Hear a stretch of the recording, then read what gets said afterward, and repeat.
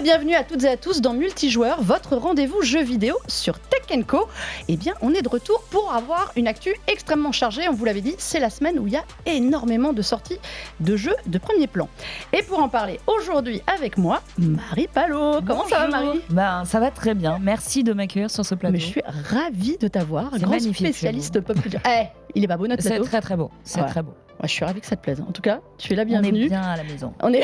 Et tu es ici chez toi, tu le sais. C'est gentil. Et face à toi, Benjamin Anneke. Alors, comment ça va ? Ça va super, merci pour l'invitation. Je suis vraiment ravi d'être ici et de pouvoir discuter un petit peu avec vous. Et c'est vrai que l'accueil est hyper chaleureux ici. Donc, On est ça fait sympa, plaisir. hein. Un nouveau vous êtes représentant très, très de la sympa. team JVcom avec nous. Eh bien, avec ces deux charmantes personnes qui viennent là, qui inaugurent à leur tour le plateau, on va avoir une actu à chaud très très chargée. Vous allez voir, on a plein de choses à se raconter.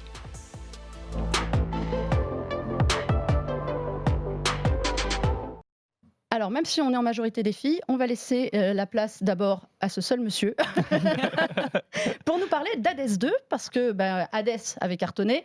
Hades 2, tout le monde l'attend, enfin beaucoup de joueurs l'attendent, et toi, tu as eu de la chance, tu as pu te faire le petit test technique. Mais c'est ça, on a eu un peu de chance. On a reçu un code justement il y a quelques jours pour essayer Hades 2, qui est un des jeux certainement les plus attendus de cette année.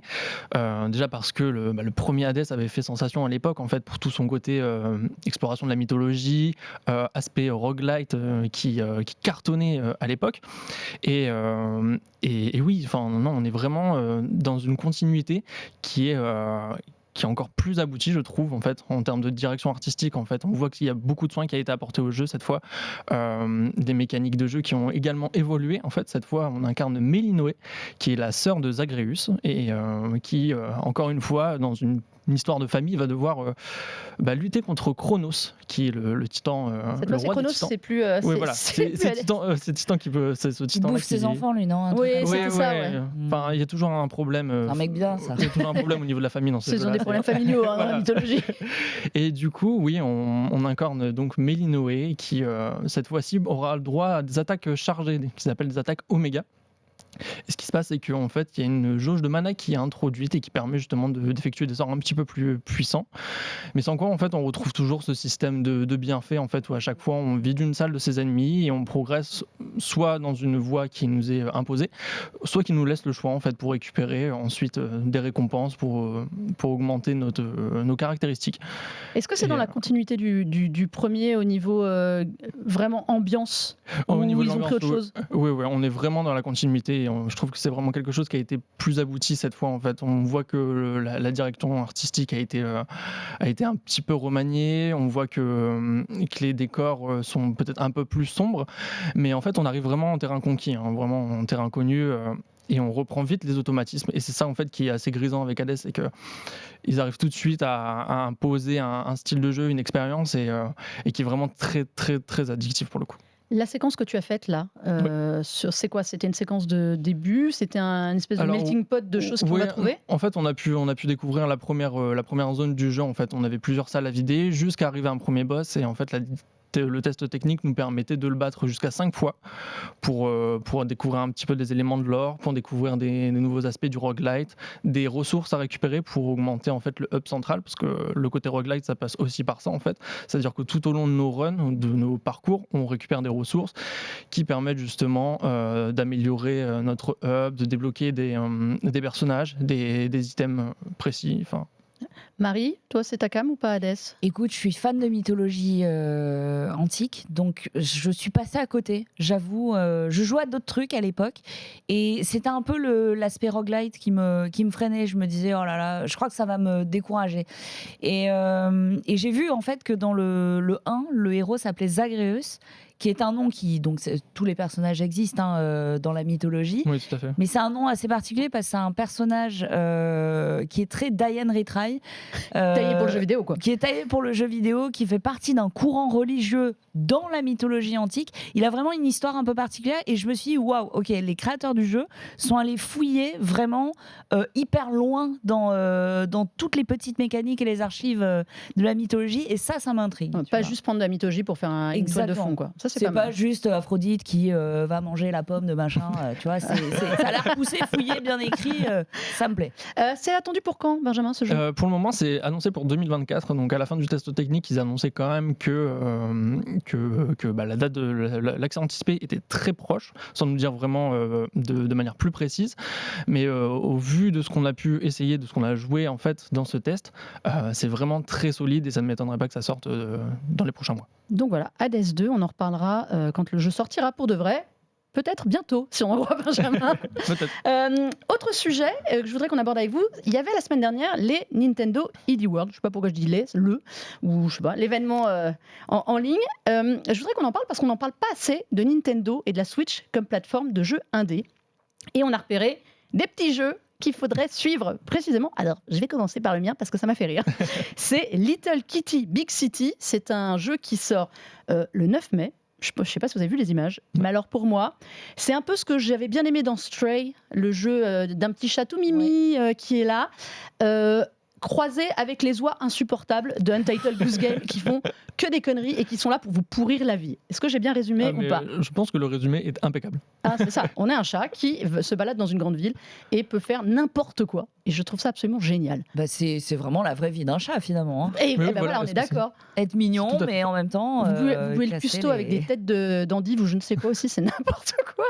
Mais voilà, donc ça c'était ma petite reco. Ça sort quand même le 9 mai, donc ça va arriver très vite. Et j'avoue que j'ai un peu hâte d'y jouer. Disponible sur Switch, Xbox et surtout ce sera sur le Game Pass Day One et sur PC évidemment.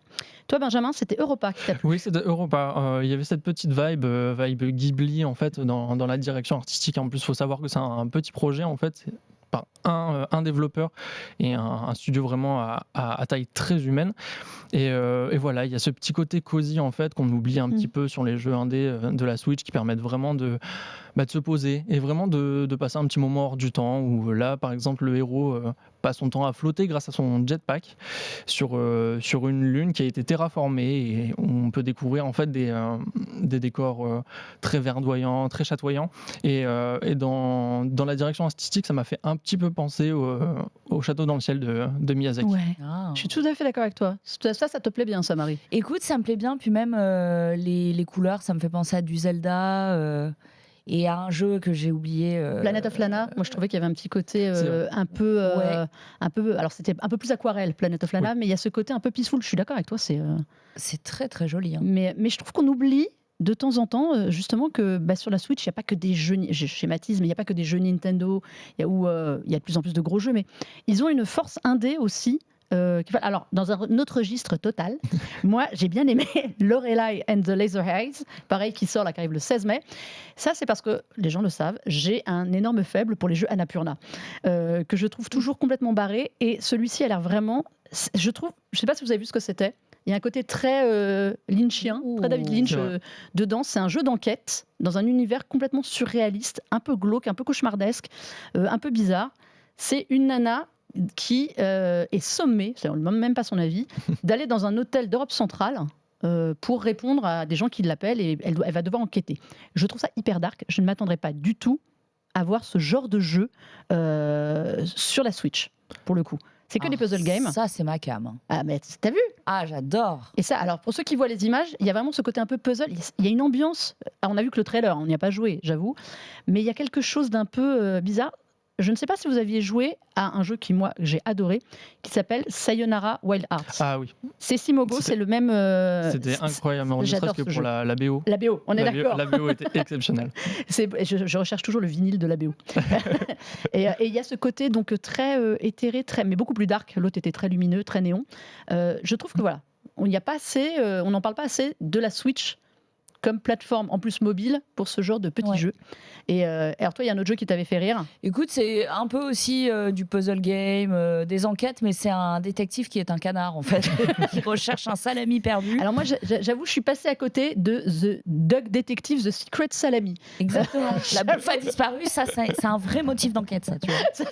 Ça c'est n'importe quoi. Mais bon, voilà, si vous avez l'occasion, regardez, il y avait je crois une grosse quinzaine de jeux sur ce Indie World de Nintendo et donc nos recos. Europa, mais alors courant 2024, il faudra l'attendre aussi comme Hades 2. Mon petit jeu du chat, Little Kitty Big City, qui arrive le 9 mai. Et Lorelai and the Laser Eyes, le 16 mai. Et alors ton Dog Detective... Le 25, je crois, 25 mai. C'est ça, ils arrivaient tous très vite en plus. Ouais. Donc pas mal. Bon, changement de planète. changement d'univers, chers amis. Je vais vous emmener dans l'espace. Non, pas vraiment, on va revenir sur Terre, mais alors dans un drôle d'état. Je voudrais qu'on parle de la sortie de la semaine, enfin l'une des sorties de la semaine, qui est Stellar Blade. Alors pourquoi ce jeu ? Parce qu'on en a beaucoup parlé pour de multiples raisons, et je trouve que c'est un jeu intéressant. Déjà, c'est une exclusivité PS5. Sony et PlayStation ont énormément communiqué dessus. Vous y avez joué aussi, comme moi. J'ai une première question, cash d'entrée. Est-ce que ça méritait d'être une exclusivité PS5 ? Voilà, plus personne ne parle. C'est une très bonne question. Ah, Parce que je m'attendais à tout sauf à ça. Alors, on attaque. Bon, non, alors, ok. Il y a plus... Qui raconte ce que c'est ? Tu veux raconter ou Oui, j'y vais oui, je peux y aller. Je peux y aller très, Comme ça, on fera très l'analyse après. En fait, on incarne le personnage de Eve, qui est une guerrière, on va dire, qui fait partie d'un escadron aéroporté qui a pour mission en fait de sauver la Terre, qui est menacée par les Naytiba, qui sont les créatures qu'on peut voir actuellement à l'écran. Très moche, très dégoûtant. Oui, tout ce qu'on veut. et qui, au fil de son parcours, en fait, sera amené à aider le dernier bastion, on va dire, de l'humanité, en effectuant des quêtes et en suivant une trame principale qui l'enverra dans différents coins de ce monde dévasté. C'est pas mal. Il est bien. Et elle est aidée parce qu'elle s'appelle Eve, donc forcément, elle est aidée par Adam. On reste toujours. Après la mythologie, on se fait tout ça. Premier avis pour vous. Alors, c'est le premier jeu console d'un studio qui s'appelle Shift Up, qui est un studio coréen spécialisé avant tout dans les jeux mobiles. C'est quand même deux écoles différentes, mine de rien, qu'on le veuille ou pas. Studio coréen, pays du jeu mobile, qui déjà s'aventure sur du jeu console, porté par PlayStation, qui est allé le chercher. Est-ce qu'honnêtement, on s'attendait à voir un jeu à visée mondiale de ce type porté par PS5 ? Moi, j'ai la sensation qu'il y avait des lieux communs qui étaient assez doudous. C'est-à-dire que quand on a été un joueur de Nier Automata, Bayonetta, qu'on a aimé Alita, Battle Angel, qu'on a lu Gun, bon, je veux dire, on est devant ce jeu, on ne peut que aimer, quoi. Tout ce que tu viens de dire, ce sont les inspirations, alors très claires, du créateur. Du créateur du jeu, il le dit. C'est Alita. Il l'a dit récemment dans une interview. Elle saute aux yeux en fait. C'est vraiment tout ce qu'on attend quand on a été justement biberonné au manga, au cyberpunk et puis à tous ces jeux qui ont été incroyables comme ceux de Yoko Taro. Je trouve qu'il y a vraiment la même vibe. Hein. On dit inspiration, mais des fois, bon, Adam et Ève. Voilà.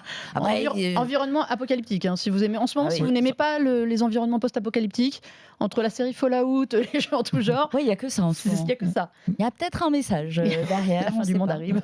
Mais le développeur nous avait justement confié, en fait, on lui avait posé la question, et effectivement, en fait, le livre de la Genèse a vraiment été une source d'inspiration pour créer cette aventure.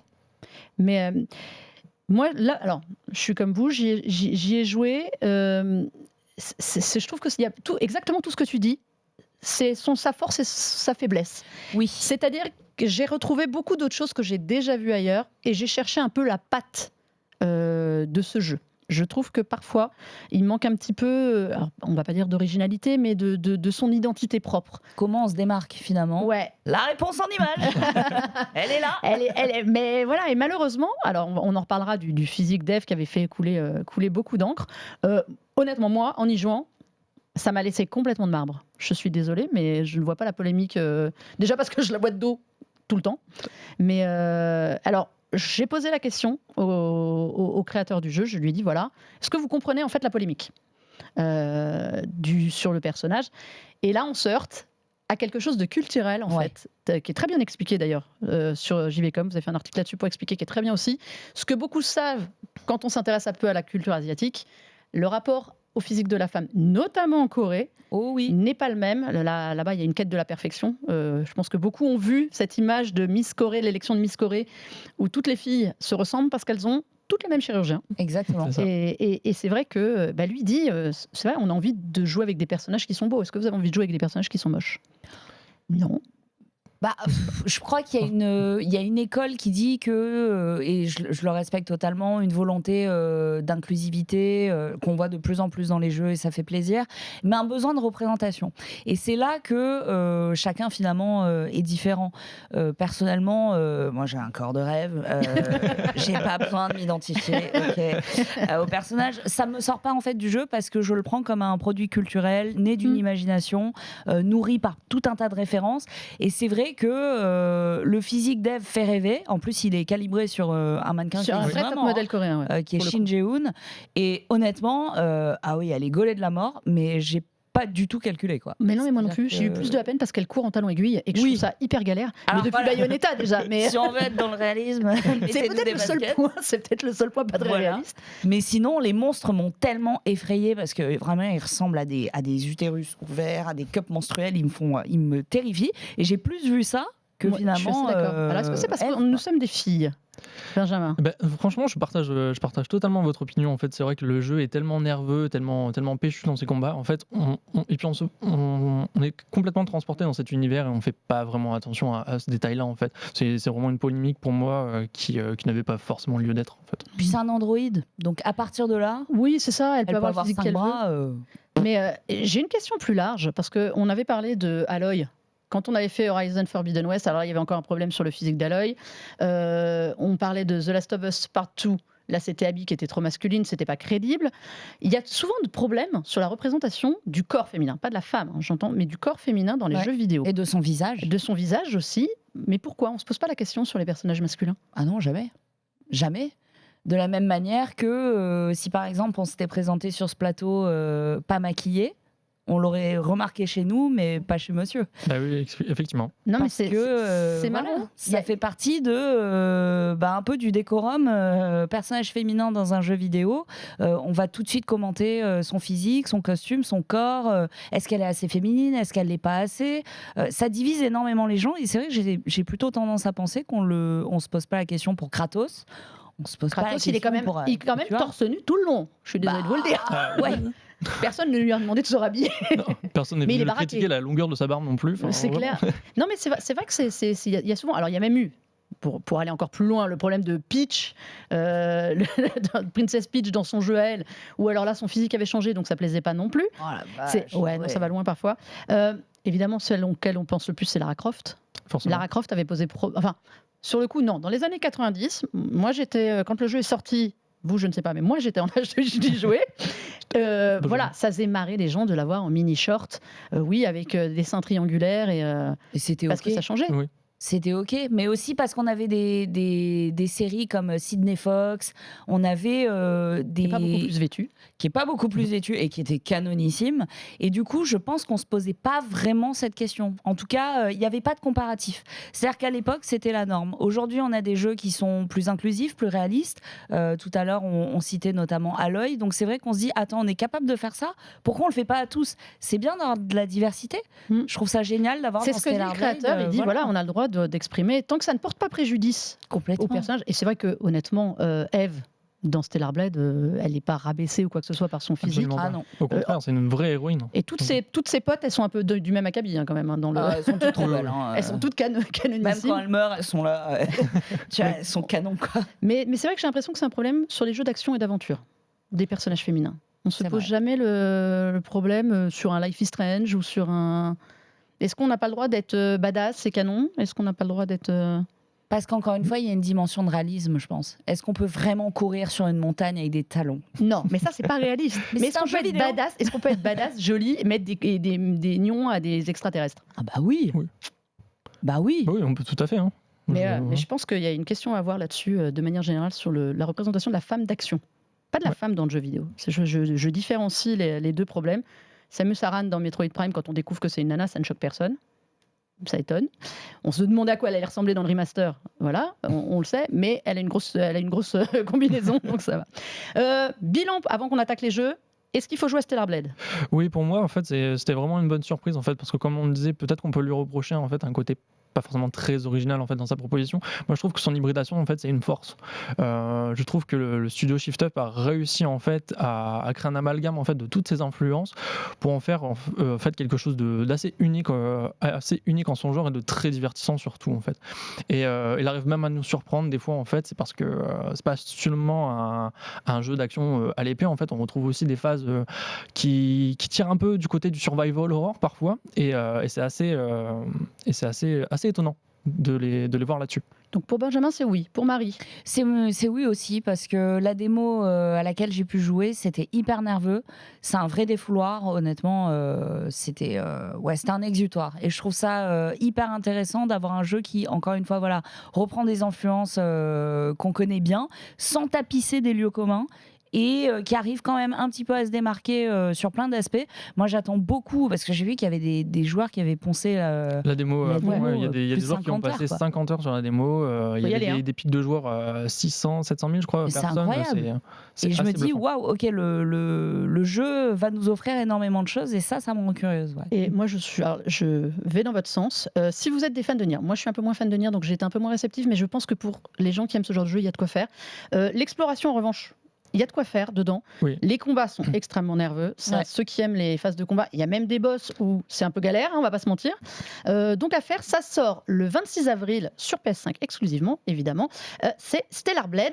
Eh bien, il nous reste quand même un peu de temps. On va pouvoir parler des autres jeux qui sortent parce qu'il y en a plein. Et on commence tout de suite avec à quoi on joue.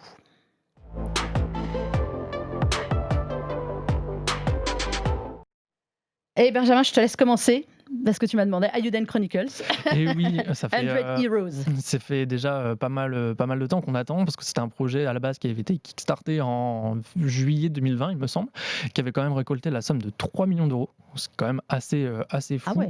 On a rapidement vu une sorte de successeur de la saga Suikoden, et forcément, en fait, parce que c'est le créateur original qui malheureusement nous a nous a quittés peu de temps avant la sortie, et on retrouve en fait cette patte Suikoden avec ce gameplay très à l'ancienne au tour par tour, où l'on peut recruter jusqu'à 100 héros, et où les combats se déroulent à 6 personnages.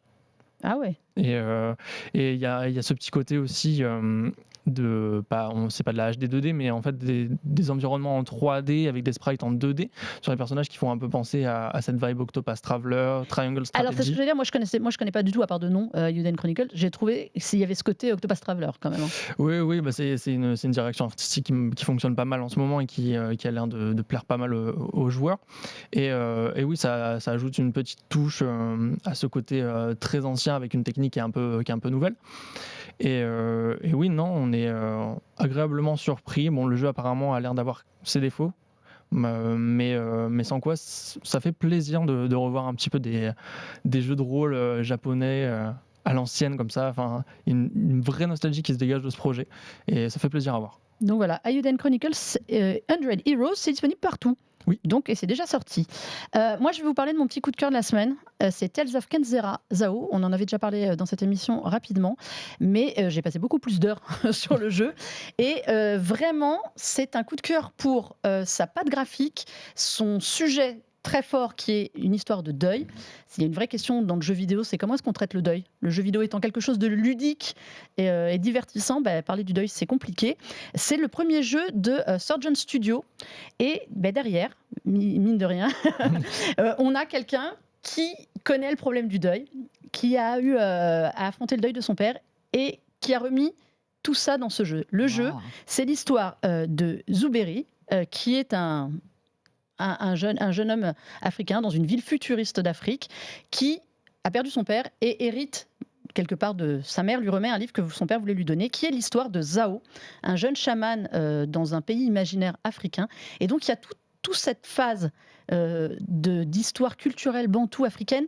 En fait, il a mis Abou Salim, il a mis dedans toute sa culture familiale d'Afrique, et on le retrouve visuellement. C'est un jeu hyper lumineux, alors aussi parce que vous allez avoir le masque de la lune et le masque du soleil et des pouvoirs différents qui vont être utilisés, mais dedans on parle du deuil de ce personnage, le deuil du personnage qui lit l'histoire, et à travers tout ça, c'est le deuil en fait du créateur du jeu.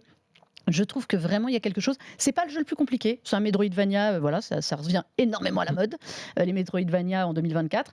Mais dans la narration, dans l'atmosphère du jeu, il y a vraiment quelque chose que je trouve parfois manque au jeu. Electronic Arts à ce label e-Originals. Franchement, faut qu'ils le gardent parce qu'ils nous ont dit qu'ils allaient miser à fond sur les Sims, FC, enfin eSports FC maintenant et plus FIFA, ou encore Battlefield. Et ils ont besoin de jeux indés. Ouais. Ils ont besoin de petites perles indées comme ça, qui sont des jeux sans prétention, mais vraiment hyper intéressants et vraiment touchants. C'est magnifique. Hein. Et au niveau de la bande sonore, c'est cohérent avec. Oui, justement tout l'ambiance, ça. mais elle n'est pas prégnante. C'est-à-dire qu'elle est là vraiment en toile de... Alors, parenthèse, Stellar Blade, la musique, j'en pouvais plus. Ouais, La elle est là, K-pop en fond, j'en pouvais plus. Là, c'est beaucoup plus... c'est par moment. C'est vraiment une toile de fond. C'est un jeu qui... Alors, il ne faut pas chercher un jeu avec un gameplay difficile. C'est pas du tout difficile. Il y a des phases où vous faites que vous balader de droite à gauche.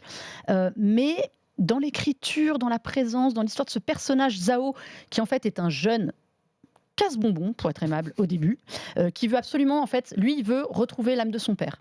Il veut ressusciter son père, j'ai oublié de le dire comme c'est important. Il veut ressusciter son père et il va s'unir à Kalunga, qui est un peu le dieu de la mort, le dieu du passage entre la vie et la mort.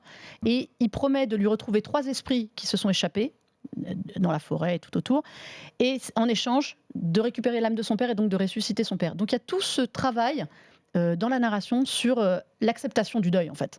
Et comment est-ce qu'on vit ça, comment est-ce qu'on grandit aussi avec ça, et le personnage évolue, on le sent, dans la maturité, dans son rapport aux gens.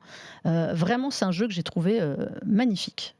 Tu avais un peu joué, Benjamin, ou pas? Non, pas du tout, mais on a eu l'occasion d'essayer la démo pour JV, justement, et oui, c'était quelque chose qui ressortait de tout ça, en fait, c'était que on est content des fois de voir un gros éditeur en fait donner sa chance à ce type de jeu en fait qui a une approche culturelle en fait assez atypique. En fait, on n'a pas des jeux de ce calibre-là, on n'en voit pas souvent, et surtout sur des thématiques aussi sensibles. En fait, au final, ça fait plaisir de voir que un gros éditeur donne sa chance à des jeux qui ont aussi une volonté cathartique, en fait, parce que c'est vrai que c'est une histoire personnelle, touchante.